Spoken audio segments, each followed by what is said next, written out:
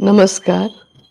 I am grateful to all of you who have joined today to pay homage to Mahatma Gandhi on the 77th Martyrs' Day, when he sacrificed his life for the cause of peace, brotherhood, and harmony on January 30th, 1948.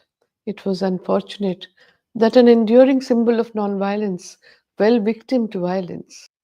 I thank the Indian Mission for hosting this tribute to honor Mahatma Gandhi and reflect on his profound thoughts and enduring legacy. It is always an emotional moment to remember Mahatma Gandhi on the day of his martyrdom. He was an apostle of universal peace. He is one of the most celebrated figures in the world.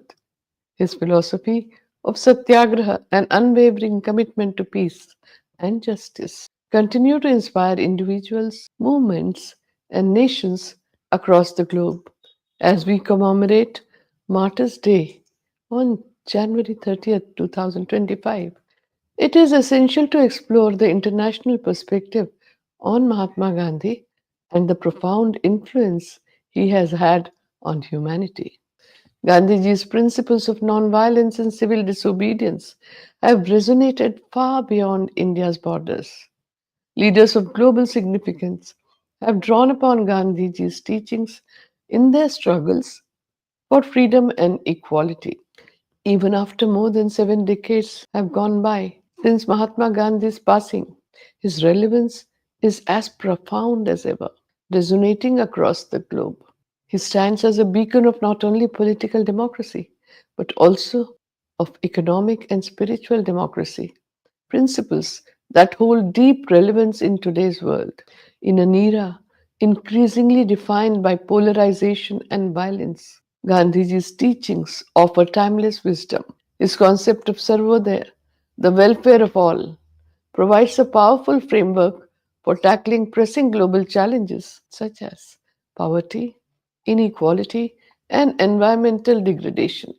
Mahatma Gandhi's advocacy for sustainable living in harmony with nature and self reliance resonates with modern efforts to conserve the environment and adopt green technologies, making his vision as vital today as it was during his. Furthermore, Mahatma Gandhi's insistence on dialogue and understanding as a tool for conflict resolution has profoundly influenced modern peace building efforts. As we reflect on his life and contributions, it is crucial to recognize the enduring relevance of his messages for future generations. His belief in the power of individual action to drive societal change resonates strongly with today's youth, who are mobilizing around critical issues such as climate action, gender equality, and social justice. In academic institutions, Mahatma Gandhi's ideas are studied as part of disciplines such as political science, philosophy, and peace studies. Universities and research centers around the world and continue to explore the relevance of his principles in addressing modern challenges. Mahatma Gandhi's emphasis on moral courage and ethical leadership serves as an inspiring guide for young leaders striving to create a more equitable and peaceful world. In an increasingly interconnected yet divided global community, his vision of universal brotherhood and compassion provides a roadmap for building bridges across cultures and nations. His legacy reminds us that true strength lies not in the use of force, but in the courage to uphold truth and justice, even in the face of adversities. Today, in the world, the emphasis is on human dignity and upholding the values of natural justice. There would be no better tribute to Mahatma Gandhi than to rededicate us towards the cause of peace, nonviolence, and mutual tolerance. Arnold Toynbee, the English historian, philosopher of history, and author of numerous books, famously said, and I quote, Mahatma Gandhi was the first person in human history to lift the ethic of love of Jesus Christ above mere interaction between individuals and make it into a powerful and effective social force on a large scale. If humanity is to progress, Gandhi is inescapable. Unquote. Gandhi showed the world that the love of one's people need not be inconsistent with the love of humanity. He strove to free the downtrodden from the shackles of injustice, slavery, and deprivation. But he was also obsessed with the future of the human race. He said, and I quote, "There is no hope for the aching world except through the narrow and straight path of nonviolence." He wrote, "Millions like me may fail to prove the truth in their own lives. That would be their failure, never of the eternal law." Unquote. Gandhiji was very fond of little children. He treated them as individuals and gave them respects as they deserved as human beings. I will tell you a small incident which happened during the 1931 Second Round Table Conference in London. Mahatma Gandhi had gone to London, and he chose to stay at Kingsley Hall among the poor rather than in luxurious accommodations. Fascinated by his simplicity, local children fondly nicknamed him Uncle Gandhi. They often asked questions about his simple lifestyle and enjoyed his company during walks. One incident involved a small girl who hesitated while asking Gandhi for his autograph. She drew back shyly before this modestly dressed man, clad in a simple dhoti and a roughly mended coarse shawl, with inexpensive wire framed glasses. Looking up at her mother, she asked, "Mummy, is he really great?" Her mother replied, "You know, Mr. Gandhi is a very good man and a very great man." The child said, "I'm sorry, Mummy," quickly making amends. On his birthday on 2nd October, the children in London gifted him woolly toys, sweets, and candles, which he cherished deeply. When leaving London on December 5, 1931, Gandhi ensured these gifts were safe, saying, and I quote, "They are the only things I'm taking back to India." Unquote. Later, from Yerwada jail in India, he wrote to thank the children, humorously noting they'd received a letter from jail signing off as yours, whom you call Uncle Gandhi. Mahatma Gandhi's greatness and indeed his uniqueness lies in his role as an innovator in politics. Far from being merely a political theorist or analyst, he loved humanity with profound compassion and, in his own words, I quote, "approached the poor with the mind of the poor." Unquote. His vision was to establish a new human order. He was the first in history to extend the principle of nonviolence from the individual to the societal and political spheres. Ever an optimist, ever calm, ever objective, he viewed the world with the eye of faith, always believing in the possibility of a better future. Dr. Gene Sharp, the American philosopher and the founder of the Albert Einstein Institution, drew much of his inspiration from the life and writings of Mohandas Karamchand Gandhi. He wrote, and I quote, "Gandhi was the contemporary of Tsar Nicholas, Lenin and Stalin, Kaiser Wilhelm and Adolf Hitler, Franklin Roosevelt and Mao Zedong. He bridged the span between the time when armies fought the wars with rifles to the time when atom bombs confronted them. Racism ran rampant, and there was a denial of dignity and opportunities to women and untouchables and many others. These were among the social and political evils for which Mahatma Gandhi sought solutions." Unquote. Mahatma Gandhi was an ordinary person like us who rose to extraordinary heights through his unwavering determination, steadfast pursuit of truth, and commitment to the values he cherished. By realizing his true potential for sacrifice and endurance, he achieved remarkable greatness. Studying Gandhiji's life is a fascinating journey of inspiration, as he was one of us. Yet, his courage of conviction and the strength of his ideas he represented set him apart. Mahatma Gandhi's entire life story is about action to bring about positive changes. He both succeeded and failed in what he sought to do, but he always moved forward. And he never gave up the quest for improvement, both social and spiritual, and both for individuals as well as for the nation as a whole. Today, he is remembered not only as a political leader, but as a moralist who appealed to the universal conscience of mankind. There is a galaxy of men, women, and children in different parts of the world who have taken a leap from Mahatma Gandhi to fashion their initiatives for ensuring peace, nonviolence, justice, and fighting discrimination. This explains his lifelong crusade of attainment of moral values such as truthfulness, nonviolence, purity of means, love, self control, forgiveness, respect, friendliness, compassion, mercy, etc. His messages resound with people of all faiths worldwide, as he is the spiritual and political leader of one of the world's most profound and complex cultural traditions. Today, the world is faced with many kinds of conflicts and diverse types of crises.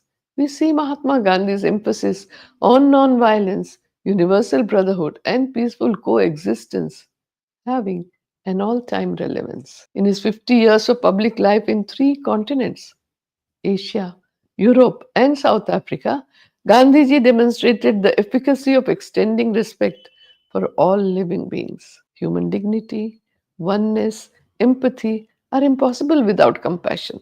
Gandhiji emerged as the voice of the voiceless that inspired social reformers and political thinkers all over the world. It was to his unique credit that in a world marred by violence and hatred, Gandhiji stands firm as a man of universal goodwill and a protagonist of peace. What is most striking is that Gandhiji emerged during his lifetime as a torchbearer of peace, and even today he continues to surprise mankind with his non-violent methods of resolving conflicts. What is stranger still is the resonance of success of his satyagraha that continues to inspire people across the globe. It goes without saying that it is never possible to evaluate how much India and the world owes to Mahatma Gandhi. For Gandhiji, peace was not an end by itself. Rather, it was only a sort of a means to ensure better welfare for mankind. Mahatma Gandhi's lifelong quest was in the pursuit of truth. In fact, he even had said, and I quote, truthfulness is more important than peacefulness, unquote. Non cooperation was one of Gandhiji's methods for achieving justice. He had experimented with it in South Africa with a minuscule Indian community and later expanded the scope to cover the entire nation during the freedom struggle in India since 1915. Freedom and justice were supreme for Mahatma Gandhi. The Indian supreme values of ahimsa, nonviolence, and compassion were the basis of Gandhiji's philosophy. Practically, he desired solutions for all problems through the means of nonviolence and truth. His ideas based on nonviolence are entirely important in the new world. They are completely relevant today and will remain so in the future as well. He had said, and I quote, the very first step in nonviolence is that we cultivate in our daily life, as between ourselves, truthfulness, humility, tolerance, and loving kindness. Unquote. He demonstrated that peace and nonviolence are the two pillars of any peace process that upholds humanity. These two are inseparable. He said that for bringing full solutions to the means, cut 7. Mahatma Gandhi demonstrated that peace and nonviolence are the two pillars of any peace process that upholds humanity. These two are inseparable.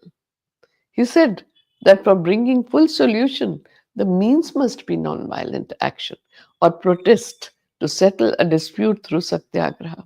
Mahatma Gandhi was always touched by the pain of others. This ability to feel the pain of others led him to karuna or compassion. Compassion, coupled with daya or pity, led to the spirit of service or seva. Gandhiji's first and foremost inner calling was to alleviate the suffering of others. The greatest degree of inner tranquility came to Gandhiji from the development of love and compassion, non attachment and non possession. The more we care for the happiness of others, the greater our own sense of well being becomes. Cultivating a close, warm hearted feeling for others automatically puts the mind at ease. This helps remove whatever fears or insecurities we may have and gives us the strength to cope with any obstacles we encounter. It is the ultimate source of success in life. Gandhiji's example demonstrates that if we live in this world, we are bound to encounter challenges and problems. Even during any difficult circumstance, Gandhiji did not lose hope and become discouraged. He faced the challenges with the understanding that it was not just him who was undergoing difficulties, but everyone was undergoing suffering. This realistic perspective increased his determination and capacity to overcome troubles. Armed with this attitude, for him, each new obstacle became yet another valuable opportunity to improve and overcome challenges. Gandhiji rose beyond his personal sorrows and joys and shared the happiness and sorrows of people.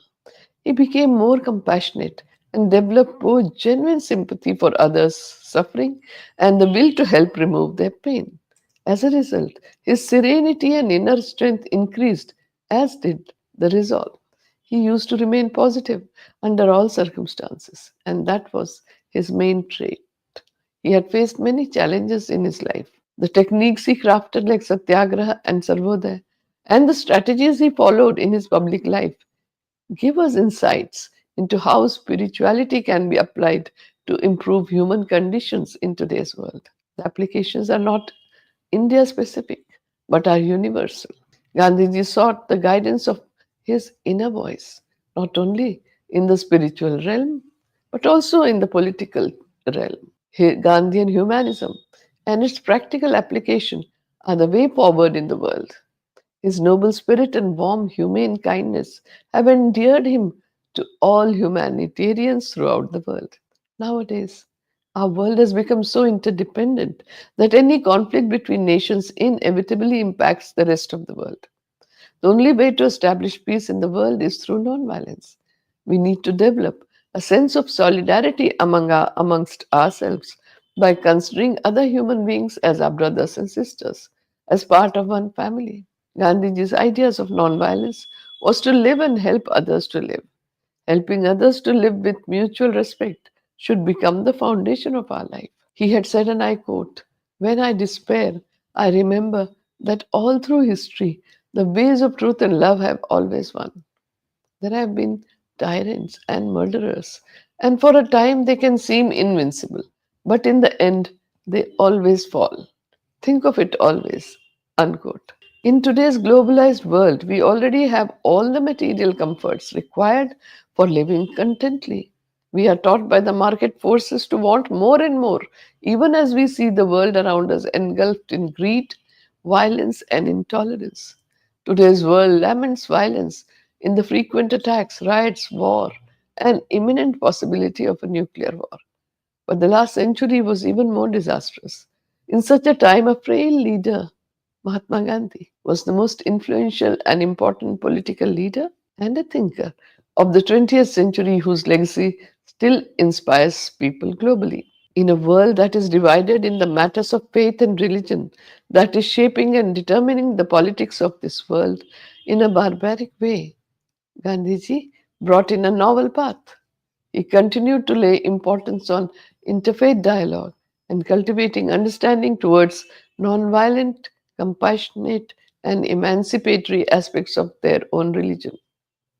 He inspires globally as the first environmentalist and a minimalist. He recognized the need for conservation and preservation way before the dangers of climate change had preoccupied the world. He had pointed out, and I quote, "The earth provides enough to satisfy every man's need, but not every man's greed."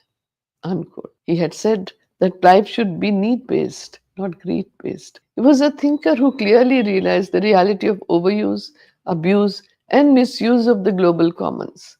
He lived out his environmental philosophy in his own life. He is a man who compulsorily reused and recycled everything and lived in harmony with nature. He lived a life of openness and transparency. His ashram was accessible to everyone. Anyone could walk in and debate and argue with him. Mahatma Gandhi had a profound influence on Dr. Albert Einstein. He and Mohandas Karamchand Gandhi shared a great respect for each other and exchanged letters frequently. Dr. Einstein's message on Gandhiji's 75th birthday sums up the essential character of Gandhiji's leadership. He said, and I quote, "A leader of his people, unsupported by an outward authority, a victorious fighter who always scorned the use of force, a man of wisdom and humility, who has confronted the brutality of Europe with the dignity of the simple human being, and at all times risen superior. Unquote. Gandhiji had realized early in his life the importance of humanity, love, and kindness to other living beings and acted upon it. He kept humanity in high regard, which gave a deep meaning to his life. Throughout his life, Gandhiji was a humble servant of India and of humanity. And he said, and I quote, I believe in absolute oneness of God and therefore also of humanity. What though we have many bodies? We have but one soul. The rays of the sun are many through refraction, but they have the same source. It comprehends the whole of humanity. Its realization would thus mean the establishment of the kingdom of heaven on earth. Unquote. He gave his last interview to Margaret Burke White, an American photographer, in the early afternoon on 30th January 1948. And it was to be his last message of compassion to mankind, in which he told her that nonviolence is the greatest force at the disposal of mankind. It is mightier than the mightiest weapons of destruction devised by the ingenuity of man.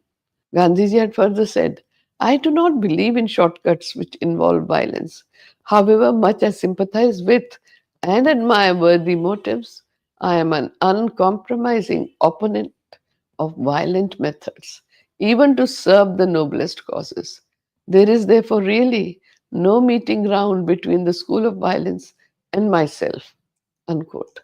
The heart that bled at the sight of the misery of others was bled to death on 30th January 1948, with the three death dealing slugs buried deep in it. India lost her soul, but her spirit lives, and that spirit will continue to live among us as it carries in its chapters the mild but unassailable truth that peace is a positive force and that it can still move the human race away from darkness towards light. Mahatma Gandhi had declared, and I quote, am I going to be silenced after my death? I will proclaim my faith even in death and speak from the grave. Unquote. What was this faith that he wanted to proclaim from the grave? It was faith in truth, that was God. It was faith in the goodness of all, as all are capable of truth. It was faith in the goodness of mankind. It was faith that despite the falls and upheavals, humanity would move towards goodness. Because truth, that is God, is only interested in the welfare of its creation. I once again take this opportunity to thank the Indian Mission for remembering Mahatma Gandhi on this Martyrs' Day. My special thanks are to all of you who have joined me online. Namaskar.